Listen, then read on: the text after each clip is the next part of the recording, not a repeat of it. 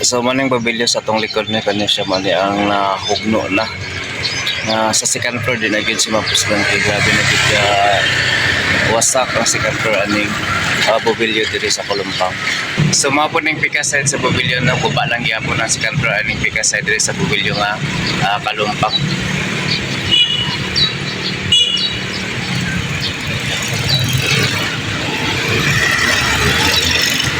So nato dahil karon sa Save More no. Kaning likod nato mo na ang Save More nga nawasak gid kayo. So na-rescue na ang uban na ipit diri sa mga Save More nga building. So ang atbang pod sa Western, wasak pod yung upper part diri sa building diri atbang sa Western. So dili na gid siya ma-post na to, sirado na gid siya diri ang kanya delikado na siya kung mag-operations pa nga building kay ang taas ani guba na gid kayo.